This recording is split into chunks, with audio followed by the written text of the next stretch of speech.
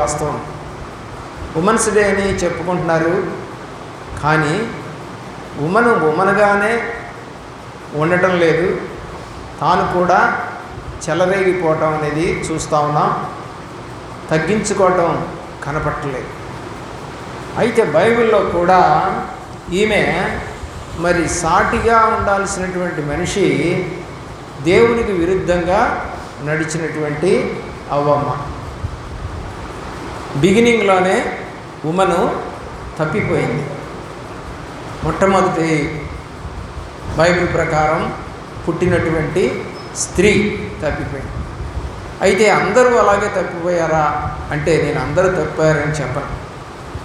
ఎందుకంటే 2వ అధ్యాయము 22వ వచనము 23, 24 వచనాలు చూడండి. అది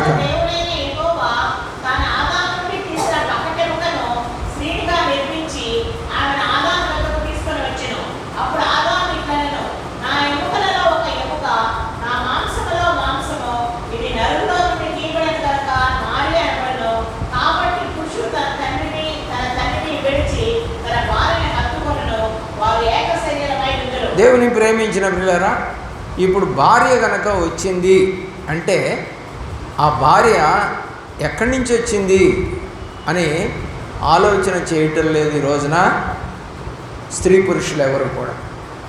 ఈ అమ్మాయి నాకు భార్యగా వచ్చిన ఈ అమ్మాయి భర్తలో ఉన్నటువంటి పక్కటెనింపులోంచి వచ్చింది, మేమిద్దరము ఏక శరీరము అనేటువంటి భావన లేక భార్యను కొట్టే భర్తలు, భర్తను కాదని తిరిగే భార్యలు తయారైపోయారు. దేవుడు ఉద్దేశం వేరు, మానవుల ఉద్దేశాలు వేరు. ఆదికాండంలో 1వ అధ్యాయము 27వ వచనంలో దేవుడు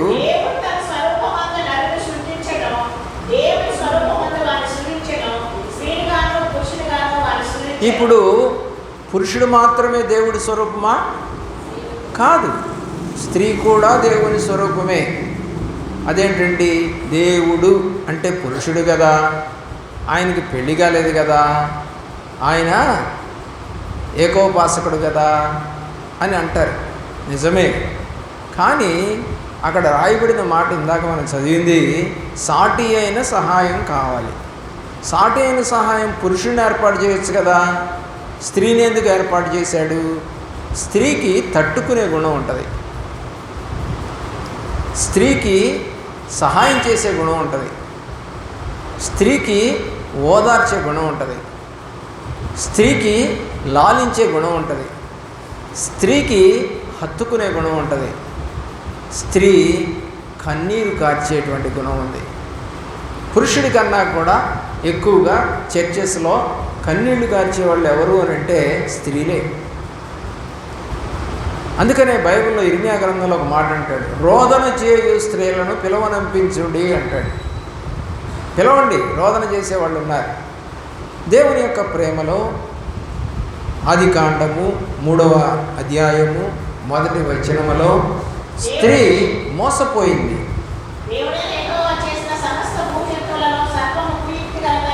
5వ వచనం 5, 6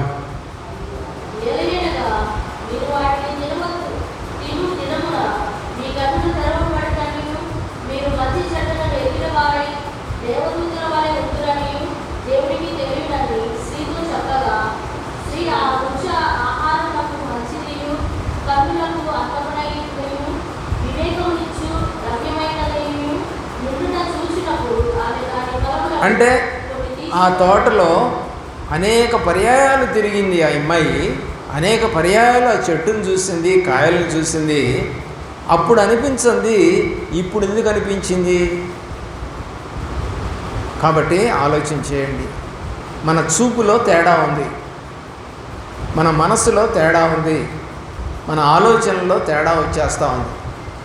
అనేక పర్యాయాలు చూసినా ఒక వ్యక్తి డబ్బులు అక్కడ పెట్టి ఉందంటే టేబుల్ మీద, పని అమ్మాయి అనేక పర్యాయాలు చూసింది. మొదట్లో నీతిగానే అమ్మ అయ్యగారు ఇక్కడ మర్చిపోయారు డబ్బులని అమ్మగారికి ఇచ్చిందంట. సరే ఆయన తరచూ అలాగా అక్కడ పెడతా ఉంటాడు. తర్వాత ఆయన ఆఫీస్కి వెళ్ళేటప్పుడు తీసుకెళ్తూ ఉంటాడు మామూలుగానే. సరే ఆయనే మర్చిపోయాడనుకొని భార్య కూడా తీసుకుంటూ ఉంది. అయితే ఒక పర్యాయం అనుకుందంట, నేను ఎన్నోసార్లు చూశాను ఈ డబ్బు, ఎన్నోసార్లు అమ్మగారికి ఇచ్చాను, ఒక్కసారి నేను తీసుకుంటే తప్పేంటి, అయితే అంతా తీసుకోనిలే అని దాంట్లో నుంచి ఒక్క నోటు తీసుకుంటాను అనుకుందంట. అంతా తీసుకుంటే తెలిసిపోద్ది కాబట్టి ఆ పర్సులో ఉన్నటువంటి ఒక్క నోటు మాత్రం తీసుకుందంట. తీసుకొని మిగతా పర్సు ఇచ్చేసిందంట. ఇప్పుడు ఆ అమ్మాయి తప్పు చేసిందా లేదా యజమానురాలకు తెలుస్తుందా? తెలియదు. సామాన్యంగా ప్రతిదీ కూడా రూపాయి లెక్కేసుకొని పర్సులో పెట్టుకోం.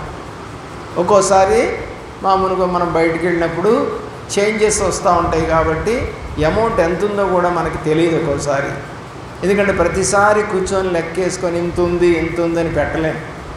కాబట్టి అందులో నుంచి ఒక్క నోటే తీసింది కాబట్టి ఆ నోటుని కనుక్కోలేకపోతారు.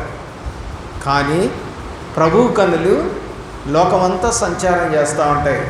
నువ్వు చిన్న తప్పు చేసినా పెద్ద తప్పు చేసినా దేవుడు కళ్ళల్లో పడతావు. కానీ ఇప్పుడు ఈమె తప్పు చేయటానికి కారకులు ఎవరు అంటే సాతాను అని చెప్తున్నాం మనం. సాతాను కాదు, ఈమె మనసును మార్చుకుంది. పనమ్మాయి మంచిదే మొదట్లో, కానీ మనసు మార్చుకుంది. అవ్వ కూడా మంచిదే మొదట్లో, కొన్ని సంవత్సరాలు తిరిగారు భార్యాభర్తలు కలిసి అదే తోటలో అదే చెట్టు చుట్టూ కూడా, కానీ తినలేదు. ఒంటరిగా ఎప్పుడైతే స్త్రీ దొరికిందో ఆ ఒంటరితనాన్ని బేస్ చేసుకొని సాతాను వాడుకున్నాడు. కాబట్టి ఆ స్త్రీలు ఎప్పుడు ఒంటరిగా ఉండకూడదు అని చెప్తారు. ఒంటరిగా ఉంటే తప్పనిసరిగా ఏదో ఒక అపచారం, అన్యాయం, అక్రమం జరిగిపోతుంది. కాబట్టి స్త్రీలు ఎప్పుడు కూడా ఒంటరిగా తిరగొద్దు అని చెప్పడానికే ఈ యొక్క మాటలు బైబిల్లో వ్రాయబడ్డాయని నేను అనుకుంటున్నా. 13వ వచనం చూడండి, ఆదికాండం 3:13.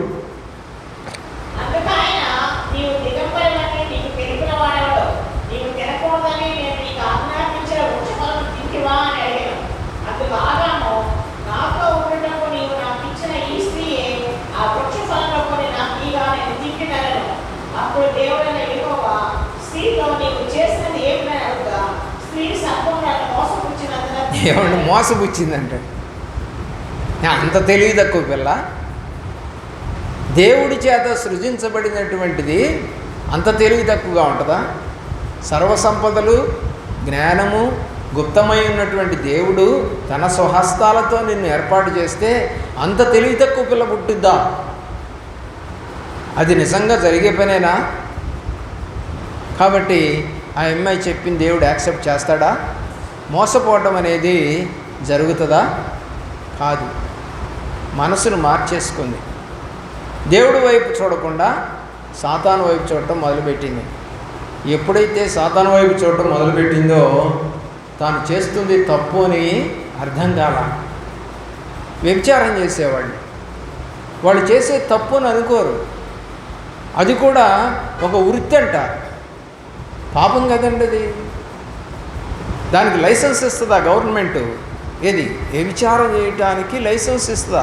ఇచ్చింది. వాళ్ళని ప్రొటెస్ట్ చేస్తూ ఉంది. వాళ్ళకు ఒక బాంబేలో రెడ్ సిటీ అనే ఒకటి పేరు పెట్టి ఆ రెడ్ సిటీలో అంతా కూడా వాళ్ళే ఉంటారు. తప్పు కదా. అంటే నువ్వే ప్రాస్టిట్యూట్ నువ్వు చేయటానికి అనుమతిస్తూ ఉన్నావు. పాపం అది. బైబిల్ ప్రకారం వ్యభిచారం పాపం. ఈమె ఆత్మీయ వ్యభిచారం చేసింది. శరీర వ్యభిచారం కాదు, కానీ ఆత్మీయ వ్యభిచారం స్టార్ట్ అయిపోయింది. దేవుని యొక్క ప్రేమలో ఆలోచన చేయండి. తిమోతికి రాసిన మొదటి పత్రిక 2వ అధ్యాయం 14వ వచనం. తిమోతికి రాసిన, మా బైబిల్ చూడమ్మా, తిమోతికి రాసిన మొదటి పత్రిక 2వ అధ్యాయం 14వ వచనం.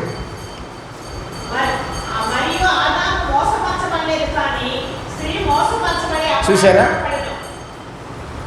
ఇందాక మనం చదువుకున్న మాటలో కూడా స్త్రీ ఏమని చెప్పింది? దేవుడితో సాతాను నన్ను మోసపుచ్చింది అని. ఇక్కడ తిమోతి గ్రంథంలో పౌలు రాసిన పత్రికలో ఆదాము మోసపరచబడలేదు, కానీ తిమోతి రాస్తున్న మాటల్లో లేదా తిమోతికి రాసిన మాటల్లో స్త్రీయే మోసపరచబడింది అని రాస్తుంది. అంటే స్త్రీలు త్వరగా మోసపోతారు అని మరొక పర్యాయము కొత్త నిబంధనలో కూడా మనకి కనపడతా ఉంది. నిర్గమాకాండము 15వ అధ్యాయము 20వ వచనములో స్త్రీలు పాటలు పాడే స్త్రీలుగా కనపడుతున్నారు.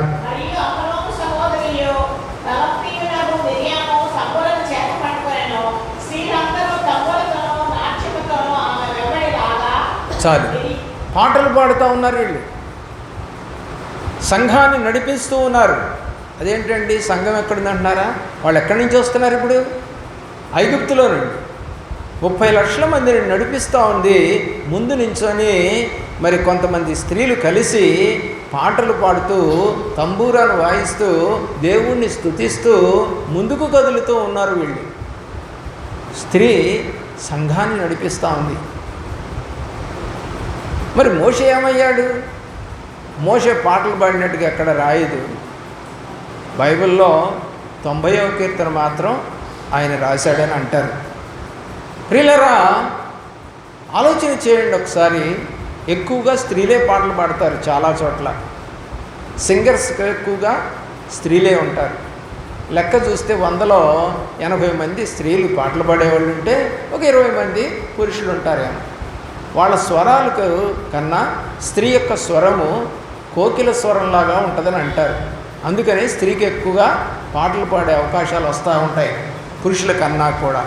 పురుషుడికి సిగ్గు ఎక్కువ, స్త్రీ సిగ్గుపడదు, కానీ పాట మీద దృష్టి పెడుతుంది, మనుషుల మీద దృష్టి పెట్టదు. పురుషుడు మనుషుల మీద దృష్టి పెడతాడు. వాళ్ళు నేను పాడుతూ ఉంటే ఏమనుకుంటున్నారు, ఎలా చూస్తున్నారు అనుకుంటాడు. కానీ స్త్రీ అలా చేయదు, మనసంతా కూడా లగ్నం చేసేస్తుంది దాని మీద. దేవుని యొక్క ప్రేమలో 35వ అధ్యాయము నిర్గమాకాండము 26వ వచనం 35:26. ఇవి ఇక్కడ బైబిల్లో జ్ఞాన హృదయము గల స్త్రీలు అని రాశారు. ఎవరినంట? దేవుడి యొక్క పరిచర్య చేసే వాళ్ళల్లో ఎవరిని పిలవాలంట? జ్ఞాన హృదయము గలవారిని పిలవండి. అజ్ఞాన హృదయం గలవారిని పిలిస్తే మందిరం పాడైపోద్ది, మందిరంలోని వస్తువులు పాడైపోతాయి.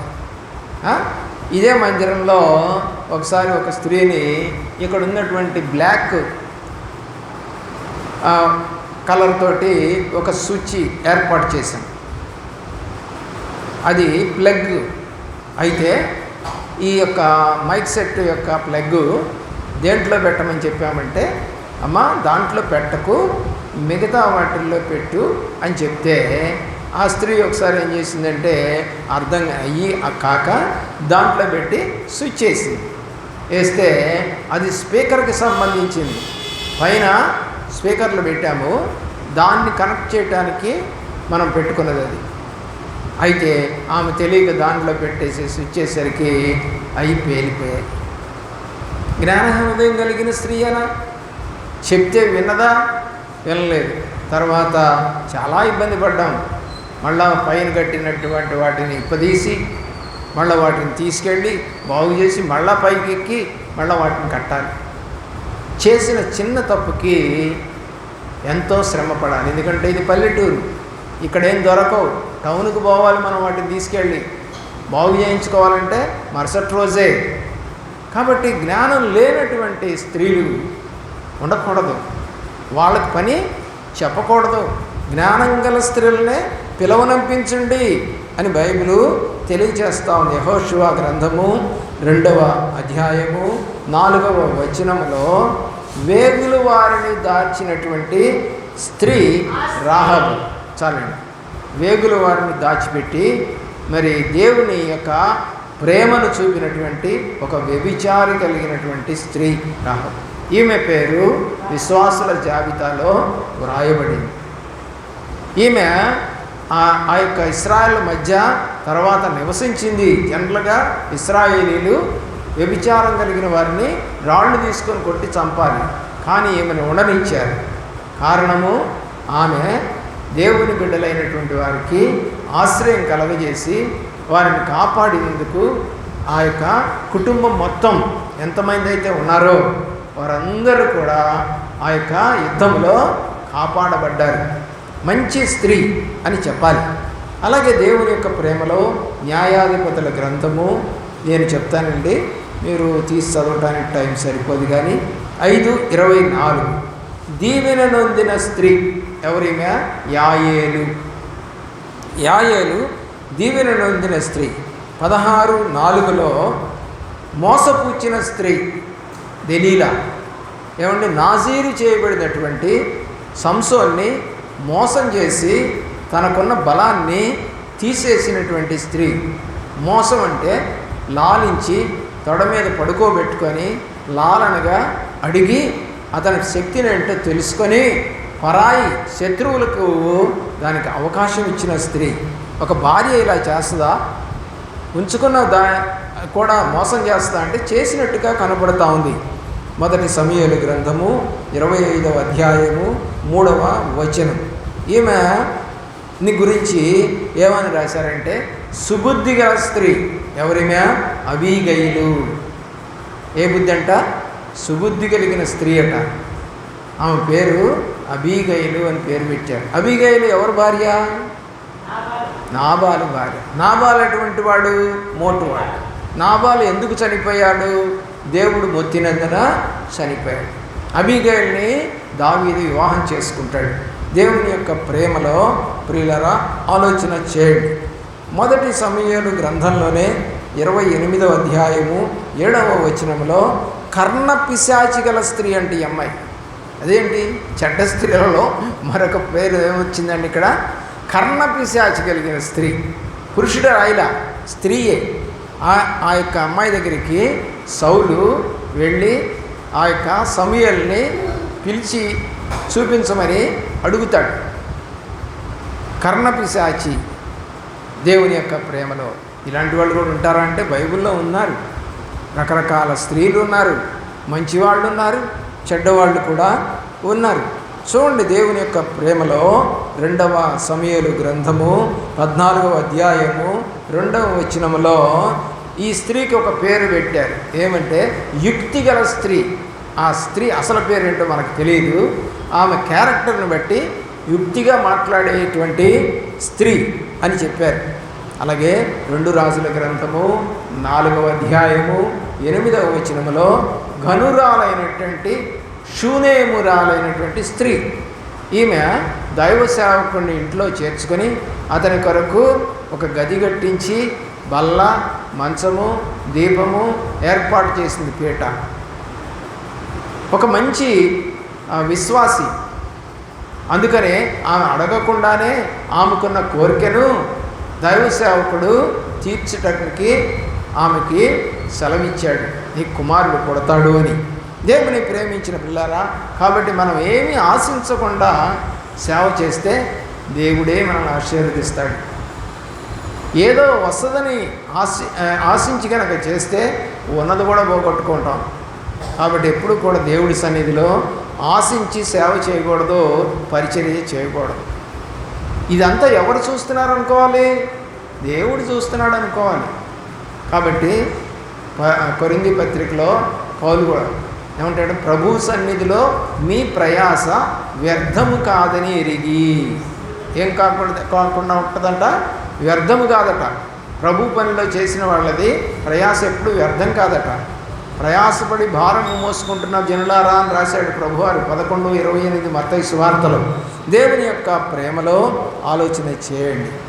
2 రాజుల గ్రంథంలో ఘనురాలైనటువంటి శూనేమీరాలైనటువంటి స్త్రీ. ఎస్తేరు గ్రంథములో 4వ అధ్యాయము 16వ వచనం. జాతిని కాపాడుకున్నటువంటి స్త్రీ ఎస్తేరు. ఉపవాసం ఉండి, మరి నీ ఇంట్లో వాళ్ళని కాపాడుకోవడానికి నువ్వు ఉపవాసం ఉంటున్నావా ఓ స్త్రీ? 3 రోజులు ఉపవాసం ఉందాను. జాతి మొత్తం చంపేస్తానని హామాను సవాలు చేసి రాజు దగ్గర నుంచి ఆజ్ఞ తీసుకుంటే ఆ ఆజ్ఞను తిరస్కరించేటట్టుగా చేయమని మరి పినతండ్రి అయినటువంటి మొర్దెకయి, అలాగే రాజా ఆస్థానంలో ఉన్నటువంటి రాణి అయినటువంటి ఎస్తేరు తన చెనికెత్తెలతో అని రాస్తుంది అక్కడ. మరి నీ ఇంట్లో వాళ్ళతో నువ్వు ఎప్పుడన్నా ఉపవాస ప్రార్థన చేసావా? ఓ స్త్రీ, కాపాడుకుంటామని, నా కుటుంబం అంతా కాపాడబడాలి, నా కుటుంబం అంతా దేవుళ్ళో ఉండాలని ఉపవాసం చేస్తున్నారా? మహిళ ఆలోచన చేయండి. దేవుని యొక్క ప్రేమలో సామెతల గ్రంథము 11వ అధ్యాయము 6వ వచనములో ఈ స్త్రీకి నెనరు గల స్త్రీ అని పేరు పెట్టారు. అంటే ఎక్కడ ఎలాగ ప్రవర్తించాలో తెలిసినటువంటి స్త్రీ, అంటే నోరు ఎక్కువగా కాచుకునే స్త్రీ, అంటే ఇష్టం వచ్చినట్టుగా ఎక్కడ పడితే అక్కడ మాట్లాడనటువంటి స్త్రీ. మనం అట్లా ఉన్నామా? కోపం వస్తే ఎన్నెన్ని బయటకు వస్తాయో. మొత్తం లోకం చుట్టిన వీరుడు అన్నట్టు ఊరు మొత్తం తిప్పేస్తాం. నువ్వు ఆ రోజు అట్లా చేసావు, మీ అత్త ఇట్లా చేసింది, మీ అమ్మ ఇట్లా చేసింది, మీ అక్క ఇట్లా చేసింది, నువ్వు పక్కన వాళ్ళకి ఇట్లా చెప్పావు నా గురించి, మొత్తం హిస్టరీ అంతా చెప్పేస్తుంది. నెనరుగలిగిన స్త్రీలేనా? కాదు. దేవుని ప్రేమ 11:22లో వివేకము లేని స్త్రీ. ఏం లేదంటే ఆమెకి వివేకం లేదు, అంటే ఎక్కడ ఎలా ప్రవర్తించాలో తెలియనటువంటి స్త్రీ. 31:30లో దేవుని యందు భయభక్తులు కలిగిన స్త్రీ కొనియాడబడుద్ది అని రాశారు. ఎవరైనా సరే నిజంగా దేవుని యందు భయభక్తులు కలిగి ఉంటే కొనియాడబడతారు. ఇది వాస్తవం. 31:10 వచనంలో గుణవతి అయిన స్త్రీ, గుణవతి అయిన స్త్రీ దొరుకుట అరుదు, అది ముత్యము కన్నా అమూల్యమైనది. నిజంగా నేను చాలామంది భర్తలను అడిగి, అరే మీ ఆవిడ గుణవంతురాలేనంటే ఏం చెప్తానులే అన్న అంటారు. ఎప్పుడు కూడా గుణవంతురాలు అని చెప్పట్లా. మరి బైబిల్ చెప్తుంది కదరా అంటే అదే కదన్నా పక్కన రాశారుగా అరుదు అని. అరుదు చాలా కష్టం. అరుదు అంటే రత్నాలు దొరుకుతాయండి? దొరకవు కదా.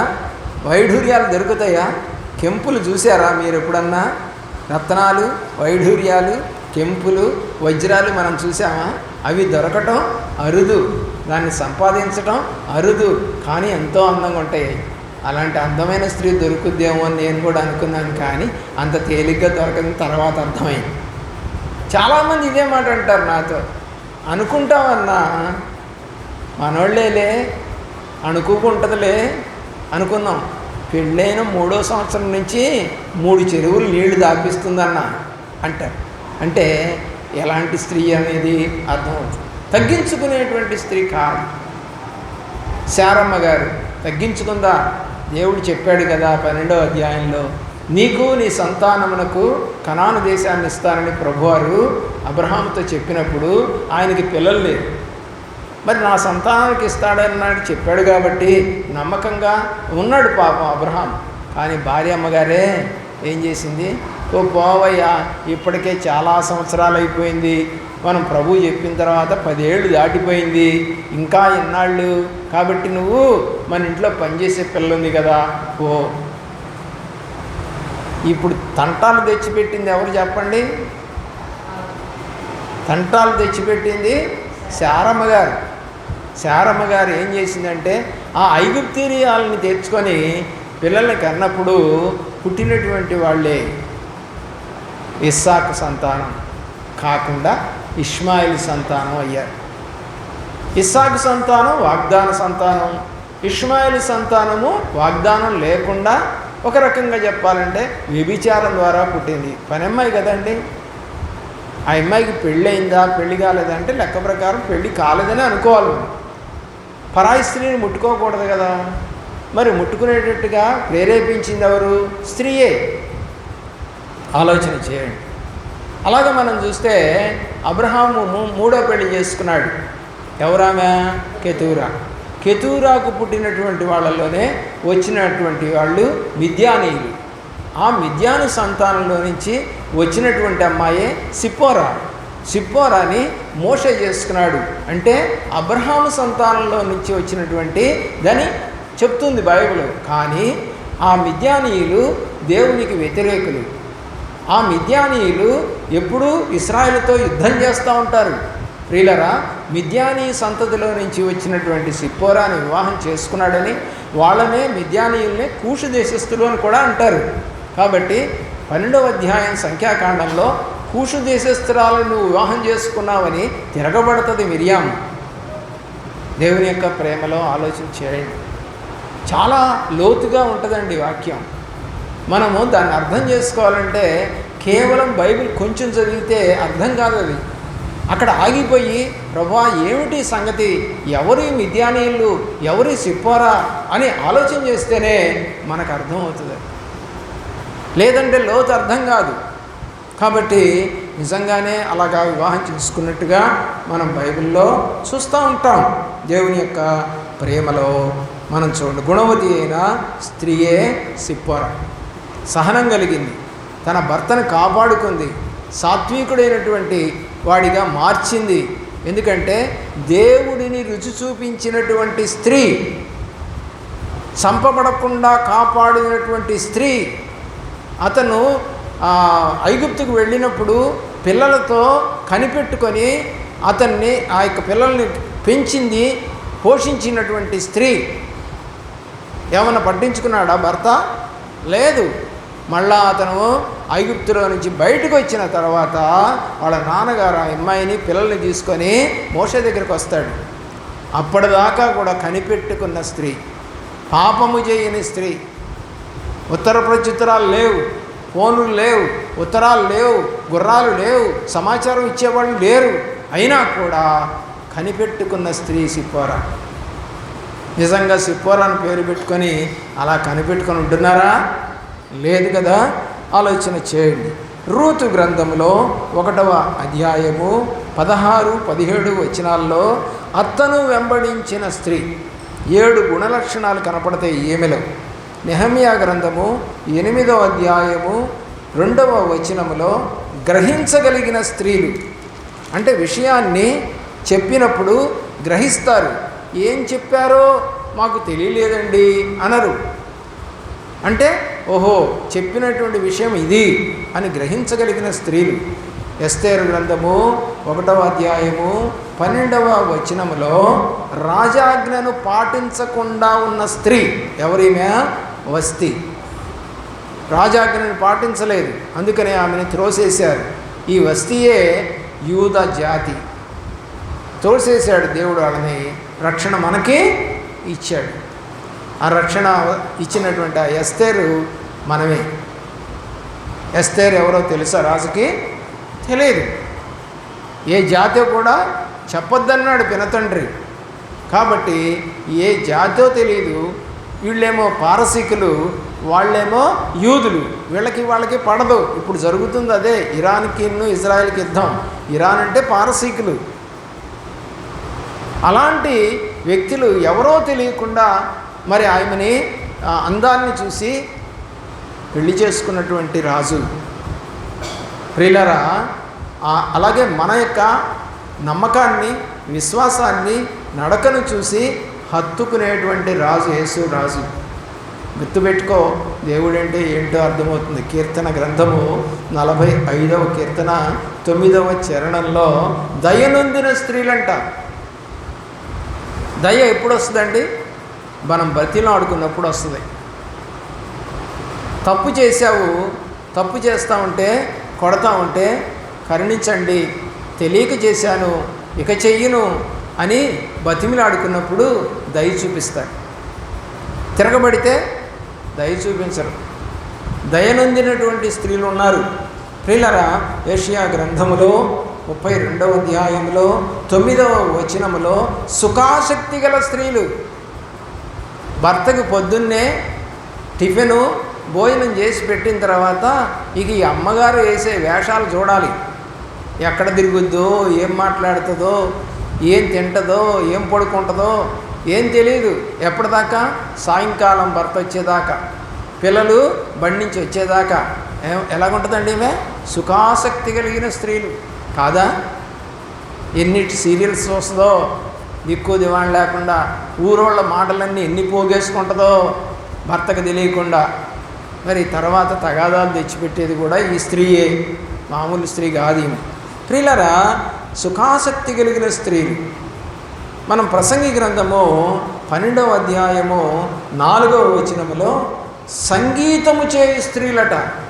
చాలామంది సంగీతాన్ని చేయట్లా, పాటలే పాడతారు.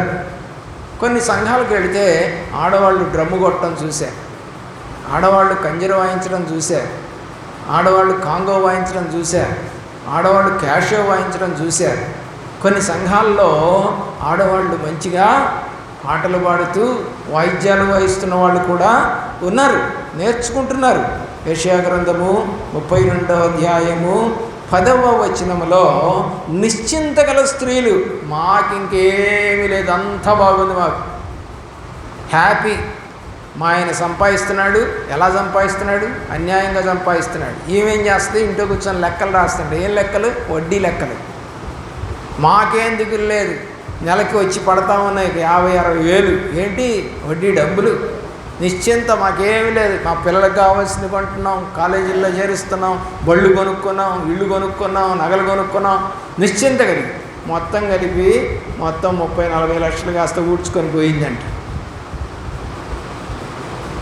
మొదట్లో ఎట్లా ఉంది? సుఖాసక్తి కలిగిన స్త్రీ.